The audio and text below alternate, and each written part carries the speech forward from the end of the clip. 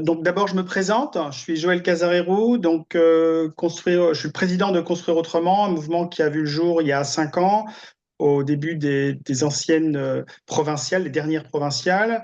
Là aujourd'hui, on a réuni un petit groupe d'entrepreneurs, d'experts qui ont monté des sociétés, donc qui savent ce que c'est. Autour du projet et l'idée c'est d'accompagner, d'impulser, de favoriser en fait ce projet. Donc, je vais laisser la main à Charlotte Ullmann qui nous accompagne pour la mise en onde et l'enregistrement de la session et qui va vous donner un peu les règles du déroulement. Charlotte, c'est à toi. Merci beaucoup, Joël. Donc, effectivement, pour cette rencontre citoyenne sur le sujet du pouvoir d'achat et de l'idée d'une centrale d'achat, on va vous proposer un échange en deux temps. Déjà, on va se prendre voilà, une petite demi-heure, hein, entre 20 et 30 minutes, pour écouter Joël. Donc, Joël qui va être le porte-parole d'une réflexion qui s'est faite donc, à plusieurs mains avec cette urgence autour du pouvoir d'achat. Et pour faciliter les échanges, parce que là, nous sommes assez nombreux, hein, on est déjà plus d'une cinquantaine, je vais vous proposer d'utiliser le petit chat. Le petit chat à droite pour poser vos questions en fait manuellement. Donc en cliquant en bas en bas à droite, il y a un petit plus. Vous cliquez dessus et vous allez pouvoir activer en fait le chat. Et donc là, vous allez pouvoir taper l'ensemble de vos questions. Et avec la plus grande fidélité, je vais, pendant que Joël parle, écrire, voilà, en tout cas recenser toutes vos questions et après faire des familles de questions à Joël pour la dernière demi-heure. Donc on se quittera à 19 h pile tout à l'heure. Voilà, Joël, je te redonne la parole donc sur cette thématique d'idées, hein, sur cette idée autour de l'urgence du sujet du pouvoir d'achat et l'idée de mettre en place une centrale d'achat que tu vas nous décrire. Merci Charlotte. Donc là, je vais... OK. Alors, j'essaye normalement de partager mon écran. Alors, OK, bon, on va commencer. Donc là, voilà, l'idée, c'est que c'est une centrale d'achat participative et éthique. Alors, on l'a surnommée CAP, mais bien sûr, c'est provisoire, hein. Euh, donc, alors, de quoi il s'agit? On va d'abord poser le problème et on va essayer de le résoudre. De cette manière-là, ça permet en fait de comprendre qu'on ne va pas résoudre tous les problèmes, mais on va essayer de résoudre le problème qu'on va adresser là. Donc, ce qui se passait avant la crise sur de nombreux produits, on a fait une petite étude sur, par exemple, l'huile et matières grasses, la viande, et puis de mémoire, le pain et céréales. On a observé que de 2021 à 2023, il y avait plus de 30% d'inflation. Et donc, effectivement, ça veut dire que bah, vous allez faire vos courses et vous êtes obligé de payer quasiment un tiers de plus pour avoir la même quantité. Donc, il y a deux stratégies. Généralement, c'est on va vers les prix les plus bas parce qu'on veut conserver en fait son volume alimentaire.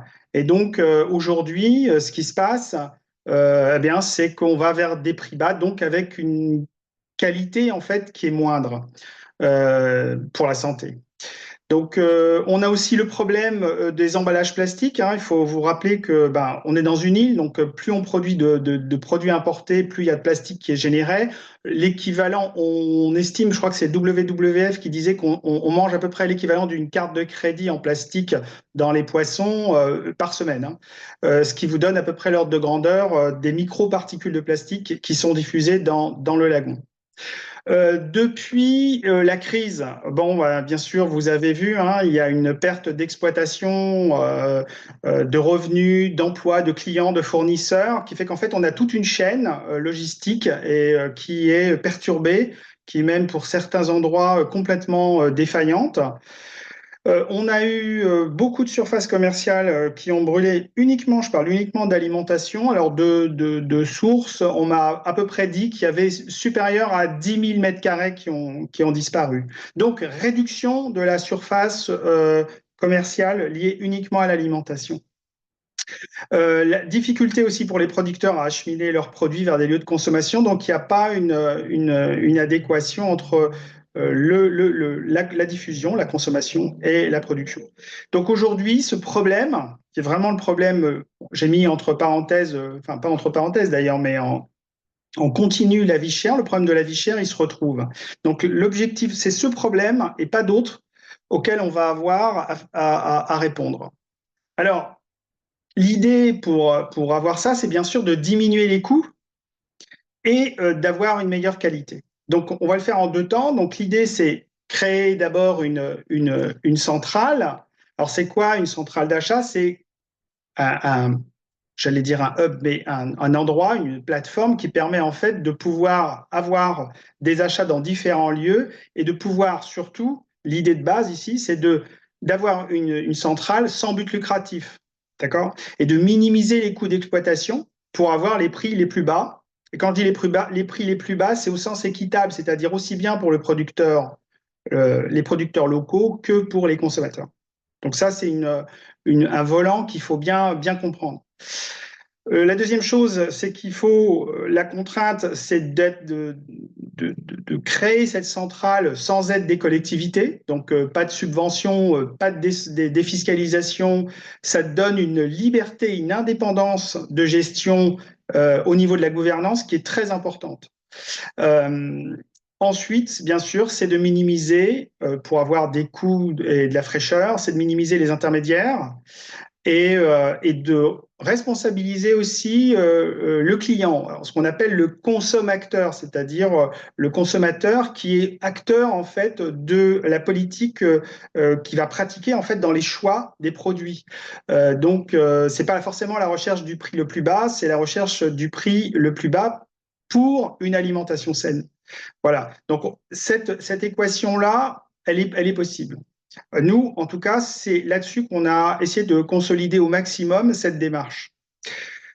La deuxième chose qui est importante, c'est que dans cette solution de centrale d'achat et de point de vente, on va le voir, de vente au détail, c'est de privilégier les chaînes courtes. Ça veut dire quoi? Ça veut dire que entre la production et la consommation, il doit y avoir le minimum d'intermédiaires, mais aussi le minimum de distance. Donc, avoir un bilan carbone moindre, c'est un des objectifs, je vous rappelle, des COP et en fait des grands enjeux de la dérive climatique. Et la deuxième contrainte, c'est aussi d'avoir des prix qui disposent de qualités nutritives, des meilleures qualités nutritives. Hein. C'est pas d'avoir de la masse et ni avoir des produits qui ont un impact, c'est le dernier point, qui ont un impact négatif sur l'environnement. Donc, l'idée, c'est d'avoir cette chose-là. La première, j'insiste, c'est quand même le prix. Aujourd'hui, on a un problème de prix. Donc, c'est ça. Après, on va privilégier, pardon, les produits à beaucoup plus faible impact environnemental. Donc, le problème, je reviens, c'est comment est-ce qu'on peut avoir des prix bas pour pouvoir lutter contre l'inflation, sachant qu'on a une diminution des surfaces d'alimentation. Et la solution, c'est de créer une nouvelle surface d'alimentation avec une centrale d'achat sans but lucratif. Hein. Faut bien comprendre ça parce que j'ai eu beaucoup de questions en me disant est-ce qu'on peut pas faire de la surgélation pour avoir des produits, etc. C'est pas le problème. Donc notre solution, elle va s'adresser à un problème. Elle va pas tout résoudre. Faut avoir bien ça en tête. Alors l'idée, c'est comment est-ce qu'on peut monter cette centrale d'achat. Donc on a plusieurs étapes. Donc je vais vous montrer un petit peu les étapes qu'on a évaluées. Et c'est bien sûr de répondre à quel produit dont on a besoin, quelles sont les modalités aussi qu'on va pouvoir mettre en place au niveau des points de détail, comment ça va s'articuler entre la logistique de la production et puis des points de vente. Et ensuite, quel est le gain pour le consommateur? C'est ça, on va répondre en fait à ces questions. Alors, si je vais trop vite, Charlotte, tu me le dis un petit peu, mais on va essayer quand même de prendre le temps d'expliquer, quitte à revenir après dans les questions. Donc, une centrale d'achat pour à but non lucratif peut être qu'est-ce que c'est que le but non lucratif? Ça veut dire qu'on ne fait pas de bénéfices, mais on couvre les charges. C'est-à-dire que on ne rémunère, allez, pour parler économiquement, on ne rémunère pas le capital. Voilà. C'est-à-dire que on va se concentrer pour allouer en fait de la ressource pour couvrir les charges. D'accord? Euh, le lieu d'achat sont bien sûr les locaux, les produits locaux, les producteurs locaux et nos voisins, nos plus proches voisins, sous la contrainte, je vous le rappelle, d'avoir des produits à faible bilan carbone et avoir des qualités en fait qui sont bonnes. Alors, bien sûr, nos produits locaux, c'est nos voisins. C'est nos voisins, quand on parle des voisins océaniens, hein, Australie, Nouvelle-Zélande, Fidji, Vanuatu, Papouasie-Nouvelle-Guinée, j'en oublie peut-être. Et nos producteurs locaux, c'est aussi bien les industriels locaux qui font des produits alimentaires que les producteurs agricoles. Voilà. Sachant que la production agricole, elle peut aussi bien s'adresser aux îles, au nord. Et donc, là aussi, il y a un réseau, une chaîne logistique vertueuse à monter pour pouvoir arriver sur la centrale d'achat. La deuxième chose, c'est que cette centrale d'achat qui fait aussi de la vente au détail, elle est en interaction avec ce qui existe aussi, hein. Il y a d'autres coopératives, je pense à la Copin, je pense à d'autres structures identiques. Et aussi, elle peut aussi essaimer sur d'autres ventes, de points de vente au détail qu'on peut trouver ailleurs dans la Calédonie. Donc ça, c'est important, c'est de dire comment on articule en fait la centrale d'achat par rapport au point de vente, d'accord? Et quelle est l'idée, les idées, les piliers? C'est supprimer au maximum les intermédiaires. C'est privilégier les produits locaux. C'est de diminuer en fait le coût carbone à chaque produit qu'on va consommer. Et bien sûr, c'est privilégier la santé du consommateur. On ne va pas prendre des choses qui sont à la fois nuisibles pour l'environnement et pour la santé. D'accord? Je ne vais pas revenir non plus sur les produits qui sont nocifs pour la santé, mais il y en a beaucoup quand on s'intéresse uniquement au premier prix. Voilà. Donc c'est vraiment ça. Donc là, n'hésitez pas à poser des questions sur la nature du projet, s'il y a des choses qui vous paraissent plus ou moins peu précises ou incorrectes. Donc, je reviens juste, je vais juste revenir ici. Donc, le premier point, c'est la structuration du projet, comment on voit globalement en fait son environnement, ses partenaires. Qu'est-ce qu'il va y avoir au niveau des piliers en fait sur lesquels on va s'appuyer. Et maintenant, on va passer à l'espace de vente. Alors, l'espace de vente, il faut imaginer, pour ceux qui connaissent, que c'est plutôt un type hard discounting. Bon, là, il y a une photo, c'est déjà quelque chose d'assez élaboré. Mais bon, pour faire simple, c'est un dock, un parking, et puis à une hauteur souple. Il n'y a pas de faux plafond, il y a des lumières qui sont pas adaptées pour la vente hein, en détail, avec des couleurs, etc. Et c'est du brut de décoffrage avec du rayonnage qui peut être simple, l'agencement sommaire de rayonnage. Là, on voit des vracs sur des palettes, c'est un peu dans cet esprit-là. Pourquoi? L'idée, c'est de diminuer au maximum les coûts que vous allez payer, hein, qui sont généralement liés au marketing, au packaging, à la disposition dans le magasin, etc., et qu'on retrouve bien sûr dans le produit qu'on va acheter. Donc ça, l'idée, c'est que pour diminuer le coût, il va falloir justement modifier, aller vers ces diminutions en fait de ces charges. L'idée aussi, c'est comme on a parlé de produits locaux, c'est aussi d'avoir des chambres froides, hein. On peut très bien s'intéresser, par exemple, à avoir des productions qui sont du produit frais, mais j'insiste, pas de surgélation, pas de congélateur dans un premier temps. Ça, c'est un choix qui est délibéré, mais disons qu'on essaye parce qu'après, il faut avoir une chaîne de froid virtueuse, et là, ça peut poser des problèmes au niveau de cette chaîne. Donc, on essaye de se donner en fait le maximum de chances pour réussir. Donc, dans un premier temps, on fait assez simple de manière à pouvoir atteindre ces objectifs qui sont simples. Dans un deuxième temps, on pourra penser à autre chose. Mais l'idée étant de se donner en fait les moyens de pouvoir réussir. Donc, elle nécessitera donc cet espace de vente, bien sûr, des véhicules hein, pour pouvoir acheminer, pour pouvoir aussi manipuler en fait les charges, et puis bien sûr des équipements. Là, ensuite, vient deux choses vraiment importantes, c'est que il y aura des salariés. Enfin, la vision qu'on voit, c'est qu'il va y avoir des salariés. Pourquoi? On pourra en discuter tout à l'heure, mais ça permet d'avoir une permanence de distribution, une régularité, et d'avoir en fait des professionnels pour l'achat, pour le contrôle de toute la chaîne logistique pour qu'au final, le client, eh bien, il soit, entre guillemets, content d'avoir le produit qu'il a commandé. Voilà, donc ça, c'est important, c'est d'avoir en fait des professionnels dans toute la chaîne.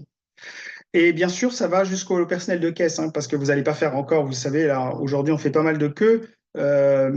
Si vous avez des gens qui ne sont pas formés à la caisse, on en souffre tous en tant que consommateurs et clients. Donc, l'idée, c'est vraiment d'avoir une chaîne dans laquelle on satisfasse aussi les besoins de la clientèle à ce niveau-là. Ça ne veut pas dire qu'on se prive de volontaires, ou bien au contraire, les volontaires, l'idée c'est d'avoir des volontaires pour l'aide au rayonnage, pour pouvoir dispatcher les choses, le dépotage aussi, au pesage, etc. De manière à avoir aussi des gens qui participent à cet espace. Hein. Euh, Comment on va faire pour financer ça? Eh bien, en fait, on pense, qu'on va avoir des partenaires financiers. On peut les appeler partenaires. On peut aussi avoir des donateurs, hein, des gens qui feront un don. Mais disons que l'idée, c'est d'avoir des gens qui croient en ce projet et qui se disent aujourd'hui, la crise est suffisamment critique pour pouvoir agir vite et se dire je vais mettre de l'argent. Je sais que je ne vais pas y avoir un retour sur investissement, c'est-à-dire que ce n'est pas un investissement, mais c'est une participation, d'accord? Là, on l'a fixé à 3% en dessous des taux du marché sur un an, avec une perspective de long à moyen terme du remboursement du principal, du capital. D'accord? Ça, c'est important. Ça veut dire qu'aujourd'hui, ce n'est pas une structure où on va chercher soit de la dette classique, ou soit du capital risque, etc., c'est on essaye et on aura des partenaires financiers pour pouvoir bâtir ce projet.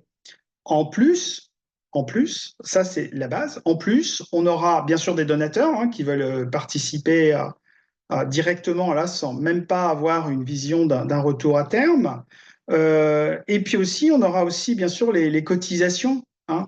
On va voir qu'elles sont différenciées parce qu'entre quand vous avez par exemple des étudiants qui ont peu de moyens et qui veulent participer au projet, bien, il faut qu'ils puissent le faire en fonction de leurs moyens.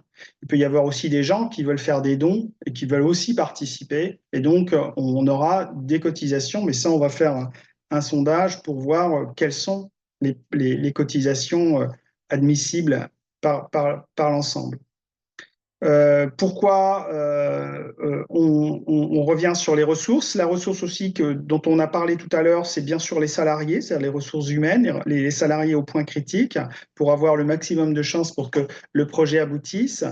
Et aussi, bien sûr, des volontaires et les clients aussi. Hein. Les clients sont pour nous des ressources au sens où ils doivent aussi participer en fait à la définition des produits qu'il y a dans les rayons. Dans les gammes, la profondeur de gamme, la largeur de gamme, tout ça, les volontaires, les acteurs doivent participer en fait à cette définition de produit. Là, on en vient justement à la gouvernance.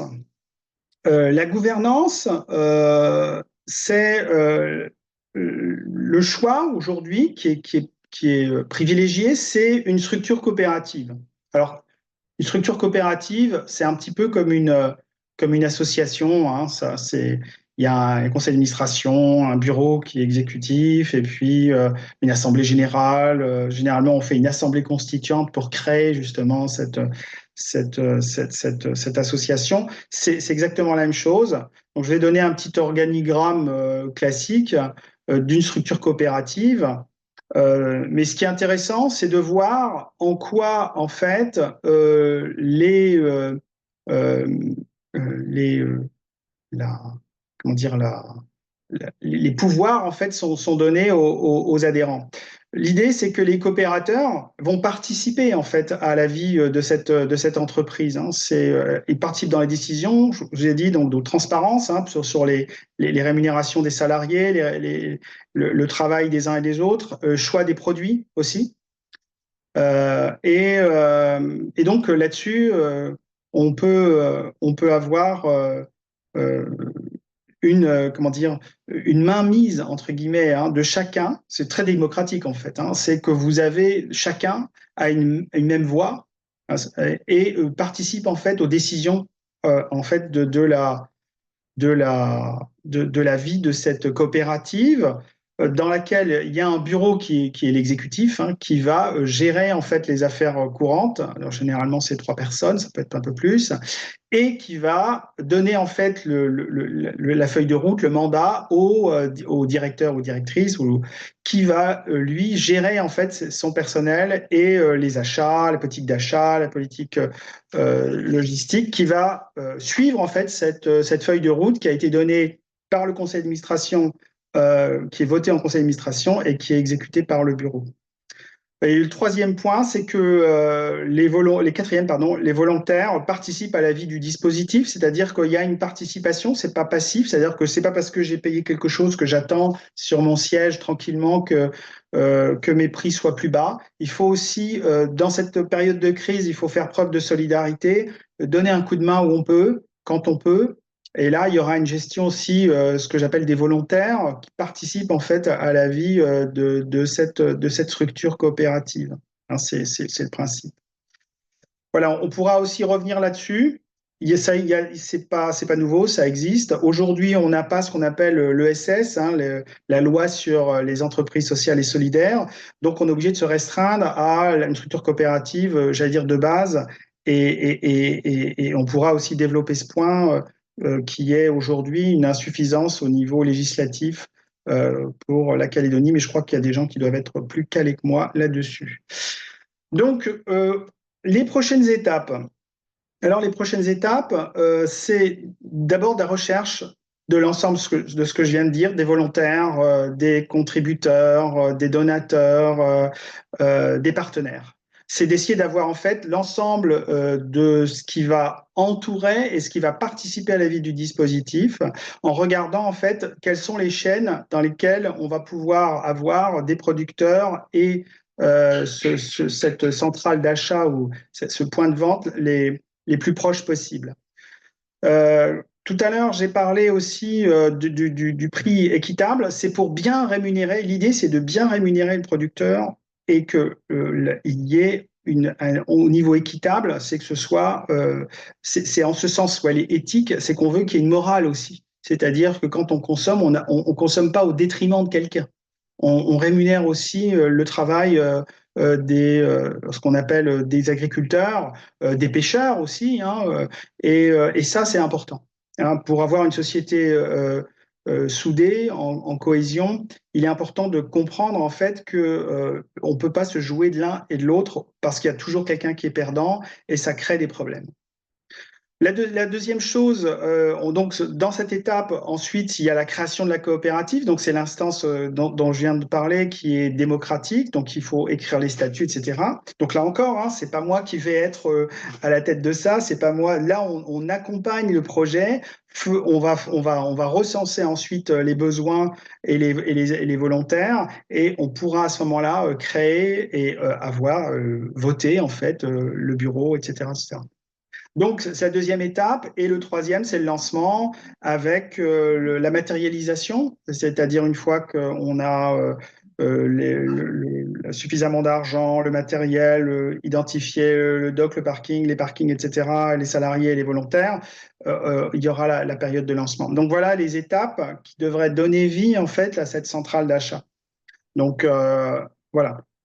Alors maintenant, quand je vous ai dit tout à l'heure au départ, je vous ai dit en fait, nous, on est là pour initier et on est là pour susciter en fait avec vous un partage d'idées, mais aussi une partage de la vision. C'est-à-dire que que va être la coopérative, la centrale d'achat, la CAP, hein, la centrale d'achat participative et éthique. Qu'est-ce que ça va être au final? Ben en fait, ça va être ce que vous allez vouloir être, c'est-à-dire qu'on va co-construire en fait le projet ensemble. Donc là, ce que je vous propose, c'est que là, vous avez en haut l'email de contact@construire-autrement.nc dans lequel moi, je vous propose d'écrire un mail à cette adresse, de dire en quoi l'objet, c'est volontaire, contributeur, partenaire, donateur, voilà, etc. Dans quoi, en quoi vous souhaitez participer, vous souhaitez contribuer. Donc, je vous ai proposé quelques items, votre statut, comment vous souhaitez contribuer au projet, est-ce que vous voulez apporter de l'argent, du temps, des équipements, des moyens, votre expérience, etc. Et ensuite, petite question, quel est le montant acceptable pour vous de la cotisation annuelle pour la coopérative? Ça, c'est juste un sondage qui permettra aussi d'avoir directement après, permettra de passer à l'étape de création d'une coopérative de manière plus simple. Et puis vos coordonnées, pourquoi? Ben pour pouvoir avoir le lien avec nous et de vous inclure après dans l'équipe qui va porter en fait la création. Nous, on est en préfiguration. On est en préfiguration de cette centrale. On va donner toutes les chances pour qu'elle puisse exister. Une fois qu'elle existe, moi, je ne serai absolument plus dedans. Ou alors, si on est dedans, on est avec les autres dans un comité. Ça peut être un comité, vous voyez ici, ça peut être un comité de régulation, d'éthique. Pourquoi pas? On peut créer aussi un comité d'éthique, hein, commission finance, commission marketing, etc. Hein. Donc l'idée, c'est vraiment d'avoir un portage qui permette, en fait, après, le transfert à une instance démocratique qui est la coopérative. Voilà, donc moi, ce que j'attends en fait de cette première réunion, c'est de vous donner la main et de voir comment vous réagissez. Et à partir de ça, si on a suffisamment un nombre critique, si on atteint, on suscite suffisamment d'intérêt et d'enthousiasme, on peut avancer. Il y a une première question en fait de Ingrid qui disait finalement, qui dit pourquoi ne pas travailler avec les coopératives existantes pour justement éviter la concurrence? C'est un peu la première question qui a été posée par Ingrid. Alors, donc cette question, en fait, c'est de savoir en fait en quoi cette centrale d'achat se différencie des coopératives existantes. Alors aujourd'hui, de ce que je sais, les coopératives existantes sont des coopératives exclusivement agricoles. Elles sont intermittentes la plupart du temps. Je pense à Copain, par exemple, mais en fait, elles sont liées uniquement aux produits agricoles. Or, l'idée là, c'est d'avoir en fait des produits alimentaires, mais qui soient par exemple du non périssable, des produits secs, des produits d'entretien, des produits d'hygiène, etc. C'est-à-dire que la centrale d'achat, elle n'est pas liée uniquement au monde agricole. Elle est liée en fait à le quotidien, la sphère du quotidien. Donc c'est ça en fait qui est la grosse différence. Et donc il ne peut pas y avoir de concurrence, il peut y avoir de la coopération et de la complémentarité, notamment sur des produits agricoles. Oui, là, oui, effectivement. Mais moi, je le vois plutôt en complément, puisqu'en fait, les coopératives, elles existent. Alors, généralement, je vous dis, elles ne sont pas forcément non plus pérennes au sens où elles n'ouvrent pas avec une amplitude de temps qui correspond en fait aux besoins en fait des clients. Et donc là, on peut avoir une complémentarité et pas du tout une opposition de phase ni une concurrence. Voilà. Et, Est-ce que d'ailleurs ça pourrait répondre à la question de Cécile qui dit mais cette coopérative, est-ce qu'elle serait située à Nouméa? Comment on fait quand on est à Dumbéa-Rivière? alors, c'est justement, là, c'est vraiment quelque chose dans lequel la centrale d'achat, on l'a vu, on l'a créée en fait avec au départ avec un point de vente. D'accord? Mais il est évident que s'il y a d'autres points de vente, c'est-à-dire que si la structure coopérative se dit, ben, on va créer un autre point de vente à la Zac Panda ou à Dimbéa ou à Plume, ben, il n'y a pas de problème. L'idée, c'est de se dire, voilà, maintenant on peut créer un point de vente qui s'alimente par par la centrale d'achat, mais un point de vente, ça peut être aussi à Koné, ça peut être aussi à Lifou, ça peut être aussi à l'île des Pins. Voilà. Donc, il n'y a absolument pas de problème à vouloir, à pouvoir étendre avec des surfaces peut-être plus petites, hein. Mais quand on a perdu tant de mètres carrés, hein, plus de supérieur à 10 000 mètres carrés, on peut faire des surfaces commerciales avec des produits un peu partout. Et je pense que là, il faudra par contre avoir aussi, hein, une structure, comment dire, pérenne et professionnelle. Voilà, ça, c'est les contraintes que je vois. Alors, les questions arrivent au fur et à mesure. Je te pose celle de Marvin, là, qui est vraiment dans la lignée de ce que tu es en train de dire. Donc, il dit finalement les points de vente et ces relais pourraient déjà être les coopératives existantes avec finalement des complémentarités sur d'autres produits. C'est ça. Et donc, voilà, on aurait effectivement des points de vente comme ça aussi qui pourraient être des collectifs créés dans des quartiers. Voilà, c'est exactement ça. L'idée, c'est si les gens de quartier se regroupent en disant, ben, nous, on veut bien être un point de vente et on voudrait avoir, on peut bénéficier de la centrale d'achat, il n'y a aucun souci. L'idée, c'est qu'on soit transparent au niveau des échanges, des transactions, du coût final pour le consommateur. Et au contraire, plus les structures existent et mieux c'est pour l'ensemble des consommateurs.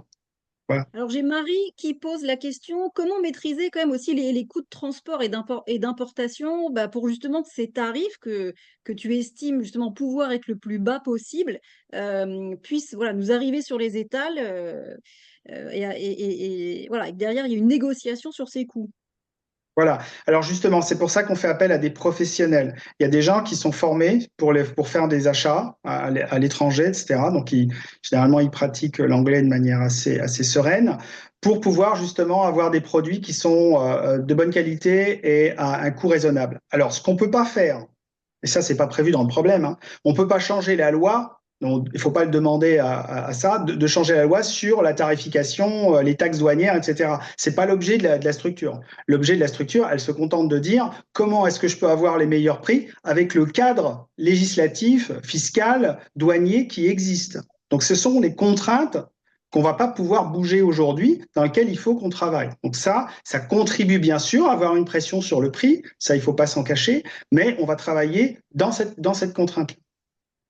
D'accord. Donc j'ai Jean-Yves donc, qui comprend bien hein, qu'il faut capitaliser sur des points de vente avec des structures déjà existantes comme la COP1, comme le GAPS, comme l'UCPA dans les îles. Et j'ai Andy qui dit qu'en termes de localisation, finalement, Joël, est-ce qu'il y aurait une ou plusieurs centrales d'achat? Est-ce que voilà, Alors, en termes de coûts, moi, j'aurais tendance à dire qu'il faut mutualiser, hein. Le principe des coopératives, initialement, c'était des coopératives de moyens, c'est-à-dire qu'on mutualisait les moyens. Donc, effectivement, donc, plus on centralise, plus on a une centrale d'achat avec des moyens mutualisés et moins on va avoir de coûts. Donc, on peut faire bénéficier ces coûts bas aux consommateurs. Il faut bien distinguer que la centrale d'achat, c'est des coups de téléphone, de la chaîne logistique qui arrive par bateau pour les uns, qui arrive autrement par voie terrestre pour les producteurs, sur des camions qui font des navettes, etc. Donc c'est vraiment quelque chose qui est vraiment lié à la logistique. Donc on a probablement plus intérêt à avoir une centrale d'achat et des points de vente et pas plusieurs centrales d'achat. Voilà, pour diminuer le alors coût. j'ai une question de Hervé qui dit, bon, ben, finalement, quels moyens financiers seraient nécessaires pour démarrer ce type d'activité? On l'a entendu, tu disais ne pas faire appel déjà à des subventions publiques. Donc, comment est-ce qu'on Oui, finance? alors on le finance, ce que j'ai expliqué tout à l'heure, on le finance parce que on pense en fait qu'on peut trouver des gens, hein, qui peuvent participer à ça. Donc ça, c'est un point intéressant, hein. C'est que globalement, aujourd'hui, je vais pas non plus, voilà, aller à louche, il faudrait à peu près 50 millions. D'accord? Euh, avec tout compris. Bon, c'est vraiment un ordre de grandeur, il ne faut pas s'y fier. Mais c'est pour vous donner une ordre de grandeur. Aujourd'hui, vous avez 50, 100 personnes. Vous voyez que si on fait une petite participation, on peut trouver des choses et il y a des gens qui peuvent participer un peu plus, d'accord? Sur les fameuses partenaires financiers ou alors donateurs, hein. Mais bon, c'est vraiment l'objet, en fait, pour nous, en fait, aujourd'hui, on est dans un tel manque de surface, de problèmes, hein, qui y a au niveau alimentaire, qui va y avoir au niveau alimentaire, que je pense que ça, c'est quelque chose qui peut être un déclencheur au niveau de dire, mais c'est quelque chose d'intéressant parce que je participe à la construction du pays, mais je cherche pas en fait une rémunération du capital. Je vais pas aller le placer en Bitcoin, etc. Ça n'a pas de sens le Bitcoin. Par contre là, ça a du sens, c'est-à-dire que je participe en fait à la création de sens. Quand on mange, on donne toujours du sens à ce qu'on mange. Eh bien, dans ce sens-là, il y a du sens là-dedans. Donc l'idée, et moi j'y crois, et je suis pas le seul, de pouvoir en fait avoir des fonds sans faire forcément de l'endettement lourd avec des charges de remboursement, d'intérêts qui sont trop élevées et donc qui obèrent en fait la possibilité d'avoir un coup bas pour les prix. Voilà. Alors, j'ai David qui émet l'idée que finalement, ça pourrait être intéressant d'imaginer presque une centrale d'achat par province, avec un souci voilà, de localisation équilibrée, avec aussi la question du coût du fret en local, ou pourquoi pas aussi avoir un point de vente par commune. Et il dit de plus, si on perd la centrale d'achat, bon, bah, le dock peut s'écrouler, comme on l'a vu Alors, voilà, à Ducos, par exemple. oui, alors ça, c'est la diversification du risque, c'est une option, mais il faut bien savoir qu'aujourd'hui, donc le premier pas, c'est d'abord d'en créer un, d'accord? La centrale d'achat, en fait, c'est du stock, hein. C'est-à-dire que le point de vente, il n'y a pas de stock, si vous voulez. Le stock, c'est déjà la vente au détail, d'accord? Donc aujourd'hui, si on veut essayer de s'imaginer comment on peut les premiers pas de la réussite, c'est un seul point au départ, d'accord? Ensuite, on peut imaginer tout avec d'autres points, avec d'autres projets hein, qui peuvent se dire sur la même modalité. Est-ce que je peux le faire à Coné, etc. Oui, c'est probable. Avec les problèmes de logistique qu'on va retrouver dans le Nord. Par exemple, quand vous avez du fret qui vient de Nouvelle-Zélande, ben, il va être dépoté à Nouméa, il va pas être, il est en container, donc il va pas pouvoir aller directement à Coné. Donc il y a des contraintes aussi qui sont liées en fait au fret maritime, aussi aux accès terrestres, où je pense aussi, par exemple, pour les îles, aux liaisons des îles par rapport avec Nouméa. Voilà. Alors, Puisque c'est un hub, Nouméa. donc pendant effectivement que tu nous donnais des explications, il y a un commentaire de Jean-Yves qui a beaucoup de succès là, qui dit finalement relocaliser les circuits entre producteurs et consommateurs, ça permet d'éviter bah, que les concombres des centres de points de goutte sur Nouméa pour être remontés à Coné sur un point de vente, et idem pour les îles, ce qui est déjà clairement le cas depuis, bah, voilà, depuis de nombreuses années. Et j'ai une question que je vais combiner entre celle d'Hervé et de Nine. Hervé dit, la mutualisation des sociétaires pourrait-elle cautionner une participation bancaire? Et après, j'ai une autre question de Nine qui dit, combien de personnes et avec quel profil serait nécessaire pour faire démarrer le projet? Alors, là, c'est question ouverte. J'ai pas de réponse aujourd'hui. D'accord, vous le dis franchement, j'ai pas de réponse aujourd'hui. Je sais Alors qu'en attends, fait, il faut atteindre un nombre. sur la Oui. question de la mutualisation des sociétaires qui pourrait cautionner la participation bancaire, j'aurais pas dû peut-être te poser les deux questions en même temps. C'est là où Euh, oui. J'avoue que c'est une question auquel j'ai pas forcément réfléchi. Après, Ok. commencer à avoir l'idée, hein, j'insiste, il n'y a pas de banque, hein. Il n'y a pas de banque. Pourquoi? Parce que la banque, quand elle te prête de l'argent, elle te prête avec un taux d'intérêt qui est largement au-dessus de 3% et elle va te demander des garanties. Donc, l'idée, c'est vraiment de se dire, bon, ben, comment est-ce qu'on peut se passer en fait d'une bancarisation en fait des coopérateurs, hein. Ça ne veut pas dire qu'on s'interdise de le faire, mais il faut savoir que ça a une contrainte forte au niveau du service de la dette, hein, puisque c'est une dette, hein, quand tu vas chercher de la banque, c'est ni plus ni moins que de la dette. Ok. Voilà, Après, donc pour deuxième question. l'instant, Ouais. probablement on aura à affûter en fait certaines choses. Et je comprends bien que le problème ce soit le financement, mais je pense que le financement, il faut toujours qu'il soit lié au sens qu'on en donne. D'accord? Si vous voulez faire du rendement avec un capital, bah, vous allez le placer en actions, en or, en bitcoin ou en d'autres. Mais il ne faut pas s'intéresser à ce moment-là au pays. C'est délocalisé. Si on s'intéresse au pays, on se dit, mais est-ce qu'on croit en fait non seulement au pays, mais aussi on croit à la vertu en fait du partage, de la solidarité et de la coopérative. On donne du sens à ce qu'on fait par rapport à ce qu'on mange. Voilà, c'est moi, je sais que si j'ai une traçabilité sur le produit qui met dans mon assiette, eh ben, ça me fait bien plus plaisir que de manger quelque chose qui n'a pas de sens. Donc, pour moi, le capital, enfin, la ressource financière qu'on va tirer, elle est liée en fait au sens qu'on veut donner à la démarche.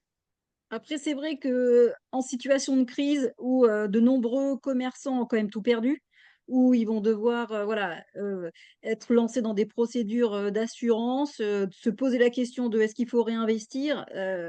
C'est vrai que l'idée d'Hervé sur mutualiser pour peut-être partager le risque, ça peut être aussi quelque chose qui, voilà, qui peut faire un peu moins peur. Pour l'instant, c'est ouvert, effectivement. J'ai pas pensé à ça, mais Mm. encore une fois, je pense qu'il ne faut pas s'attendre.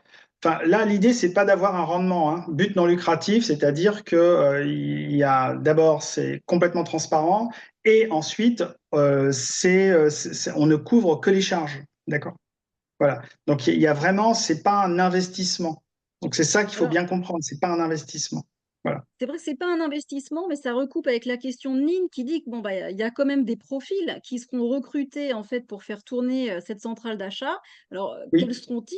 Et puis forcément, ça sera des personnes qu'il va falloir rémunérer pour que oui. derrière, ils soient présents sur la durée. Tout à fait. Et c'est ça, en fait, le cœur, hein. Il n'y a de richesse que d'homme, comme disait un économiste au XVIIIe siècle, au XVIIe siècle. C'est-à-dire qu'en fait, ce sont les gens qui font, en fait, qui vont faire marcher cette centrale d'achat. Ben, c'est des acheteurs, c'est des caissiers ou des caissières, c'est des gens qui connaissent le métier.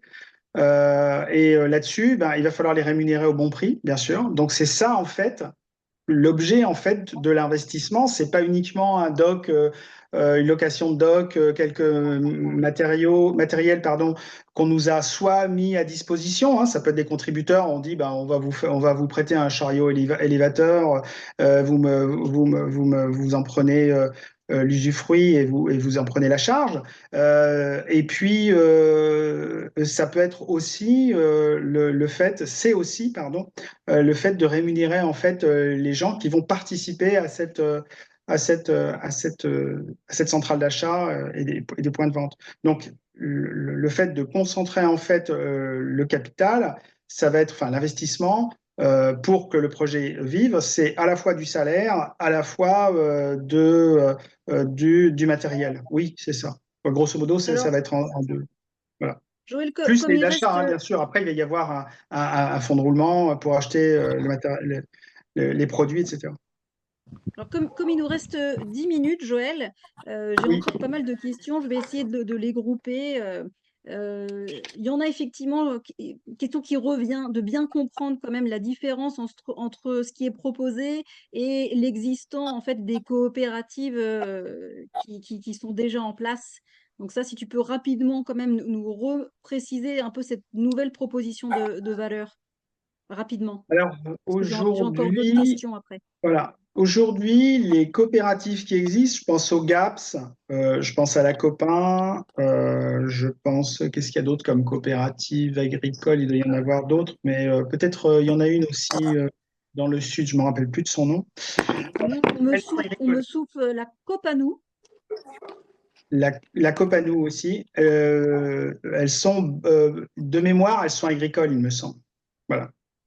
Et c'est là où est la grande différence qu'on marque, c'est qu'en fait, l'idée, nous, c'est d'avoir, je répète, comme type de produit, des produits d'hygiène, d'entretien, alimentaire. Hein. C'est alimentaire au départ, mais après, c'est la sphère autour du quotidien. Hein, diminuer les prix sur l'alimentaire, c'est point critique. On a vu, hein, plus 30% en 2 ans, voire 40% sur certains produits.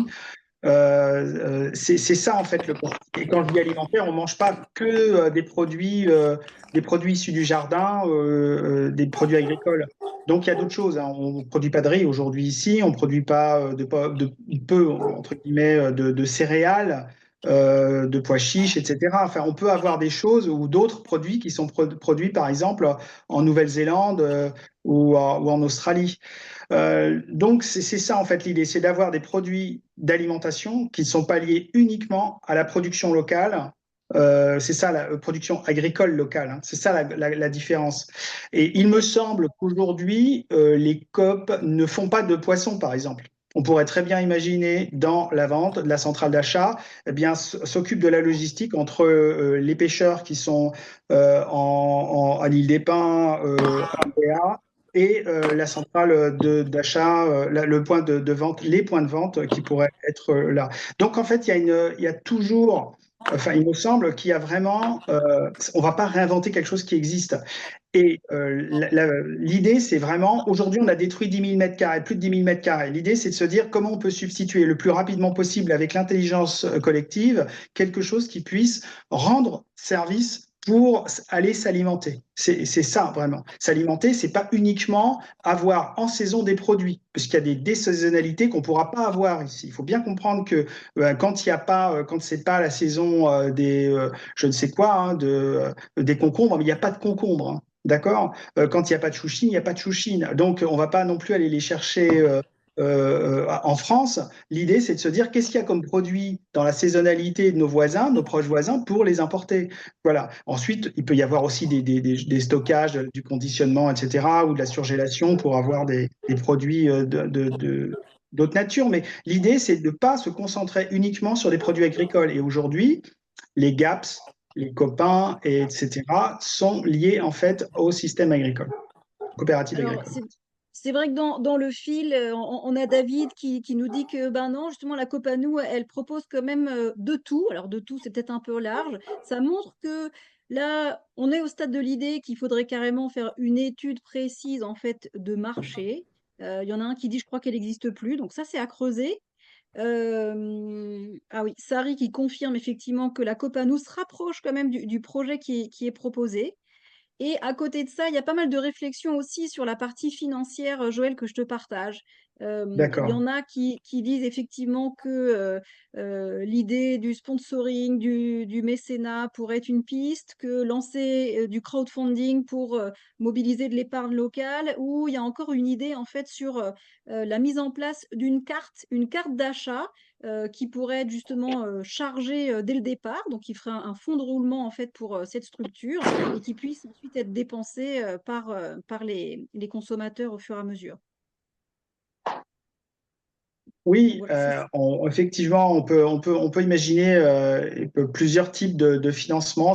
On peut avoir aussi du financement participatif et tous les financements qu'on a qui sont assez du mécénat aussi. Voilà. Euh, On alors, n'écarte rien à ce niveau de l'étude, hein. Il va falloir voir comment est-ce qu'on peut avoir le maximum. Il faut être aussi opportuniste au sens de pouvoir essayer d'avoir le maximum de chances pour que le projet réussisse, bien sûr. Alors, juste un point sur les autres coopératives. Il me semble que leur ouverture sont intermittentes, puisque en fait, ce sont des volontaires, ce sont des coopérateurs, et donc ce ne sont pas des professionnels. Donc, ils ne sont ouverts que par ponctuellement. Or, si on veut avoir un flux de consommation, il faut qu'il soit ouvert quand pour que les gens puissent faire leurs courses. D'accord? Et donc, ça, c'est la différence. Ensuite, il y a un niveau d'échelle qu'on peut avoir aussi qui est différent. L'idée, c'est que si on part sur un volume qui est, alors, sur des volumes je parle de surface, pardon, d'alimentation, la surface qui n'est pas soumise à, à des critères d'autorisation. C'est en dessous de 700 mètres carrés de mémoire. Donc voilà, donc c'est sur ce genre de volume qu'il va falloir travailler. D'accord? L'idée, c'est d'avoir, et c'est là où la deuxième chose est intéressante, c'est qu'il faut beaucoup de gens pour qu'on puisse avoir une masse critique d'acteurs et de consommateurs pour que la coopérative, elle puisse vivre. L'idée, c'est d'avoir une masse critique aussi. Voilà. Donc, c'est la grosse différence avec des petites coopératives dites de quartier qui sont très bien, qui sont vertueuses, mais qui sont basées sur le bénévolat, il me semble. Et l'idée, c'est pas d'axer tout sur le bénévolat parce que moi, étant président aussi accessoirement d'une fédération d'associations liées au handicap et donc avec des bénévoles, eh bien, on voit tout de suite les limites. Donc sur des événements, ça marche très bien, mais en continu, journalièrement, ça marche pas. Donc il faut que les gens soient rémunérés. Donc c'est la différence. Alors, Joël, il nous reste quelques minutes pour conclure. En fait, je voudrais aussi te poser la question en fait du temps. Là, c'est vrai que on est tous collectivement un peu dans le creux de la vague là, de cette crise qui nous arrive. Pourquoi est-ce que vous avez en fait à construire autrement un petit peu réfléchir sur cette solution là, sur cette solution qui concerne nos porte-monnaies et notre alimentaire et finalement dans ce temps un petit peu à la course, à ton avis, il faudrait que ce projet puisse se mettre en route quand? Est-ce que c'est une vraie urgence? Est-ce qu'on peut encore se dire que, allez, il y a des mois devant nous? Comment tu vois les choses? Non, en fait, je pense qu'effectivement, il y a une urgence. C'est-à-dire que là, il faut travailler sur l'urgence.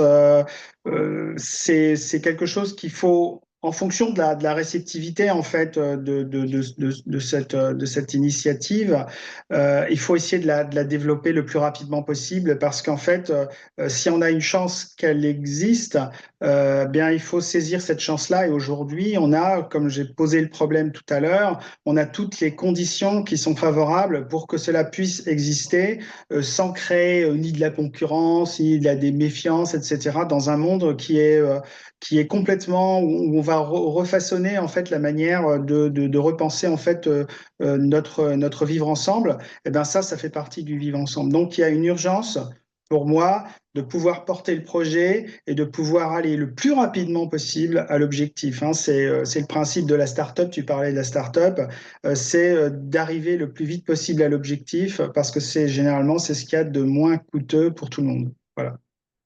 Et donc, est-ce que tu peux nous rappeler un petit peu, on va dire, les prochaines étapes que tu proposais à la fin de ta présentation? C'est-à-dire que là, on est 55 personnes. Est-ce que, avec un levier, un mouvement citoyen, peut-être qu'on peut faire avancer les choses ben, plus vite ensemble? Est-ce que tu Oui, peux nous rappeler ce que tu proposes concrètement, sachant que bah, construire autrement, vous n'êtes pas chef de projet, vous n'allez pas monter en fait non. cette centrale d'achat. Par contre, vous pouvez voilà, aider à donner un premier souffle.